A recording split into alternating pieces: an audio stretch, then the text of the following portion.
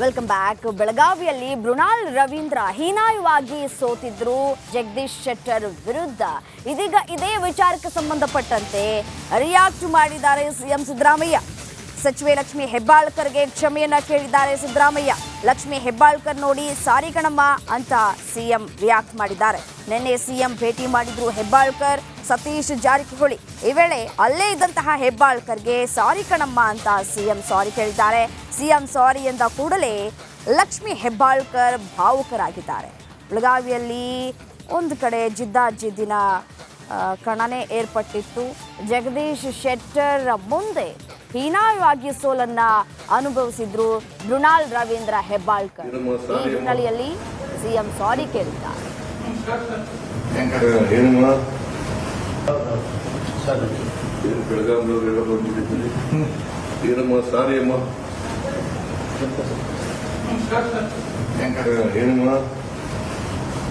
ಸಿಕ್ಕಿದ್ದು ಮೊನ್ನೆ ರಾಹುಲ್ ಗಾಂಧಿ ಬನ್ನಿ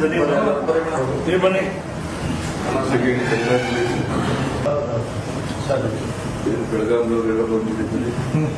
ಏನಮ್ಮ ಸಾರಿ ಅಮ್ಮ, ಏನು ಬೆಳಗಾಂದವರೆಲ್ಲ ಬಂದಿದ್ದೀರಿ.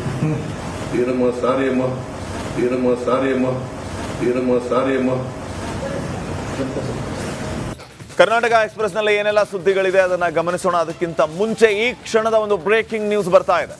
ಇವತ್ತಿನಿಂದ ಮೋದಿ 3.0 ಮೂರನೇ ಇನ್ನಿಂಗ್ಸ್ ಆರಂಭ. ಈ ಹಿನ್ನೆಲೆ ಪಿಎಂಒ ಕಚೇರಿಗೆ ನೂತನ ಪ್ರಧಾನಿ ಆಗಮಿಸಿದ್ದಾರೆ. ದೆಹಲಿಯ ಸೌತ್ ಬ್ಲಾಕ್ನ ಕಚೇರಿಗೆ ಪ್ರಧಾನಿ ನರೇಂದ್ರ ಮೋದಿ ಅವರು ಆಗಮಿಸಿದ್ದಾರೆ. ಇವತ್ತು ಸಂಜೆ 5 ಗಂಟೆಗೆ ಕ್ಯಾಬಿನೆಟ್ ಮೀಟಿಂಗ್ ಅನ್ನು ಕರೆಯಲಾಗಿದೆ. ಮೂರನೇ ಇನ್ನಿಂಗ್ಸ್ ಆರಂಭ ಆದ ನಂತರ ನಡಿ ಈಗ ಶುರು ಮಾಡೋಣ.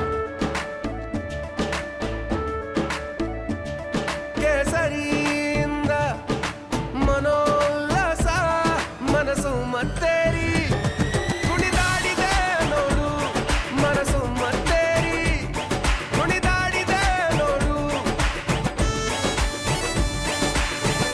ಕ್ಷಣ ಕ್ಷಣವೂ ಆಚರಿಸಿ ಕೇಸರಿ ಹಬ್ಬ. ವಿಮಲ್ ಬಾಯಲ್ಲಿ ಹೇಳಿ ಕೇಸರಿ. ಮೊದಲ ಬಾರಿಗೆ ಪ್ರಧಾನಿ ಮೋದಿ ಅವರು ತಮ್ಮ ಕಚೇರಿಗೆ ಆಗಮಿಸಿದ್ದಾರೆ.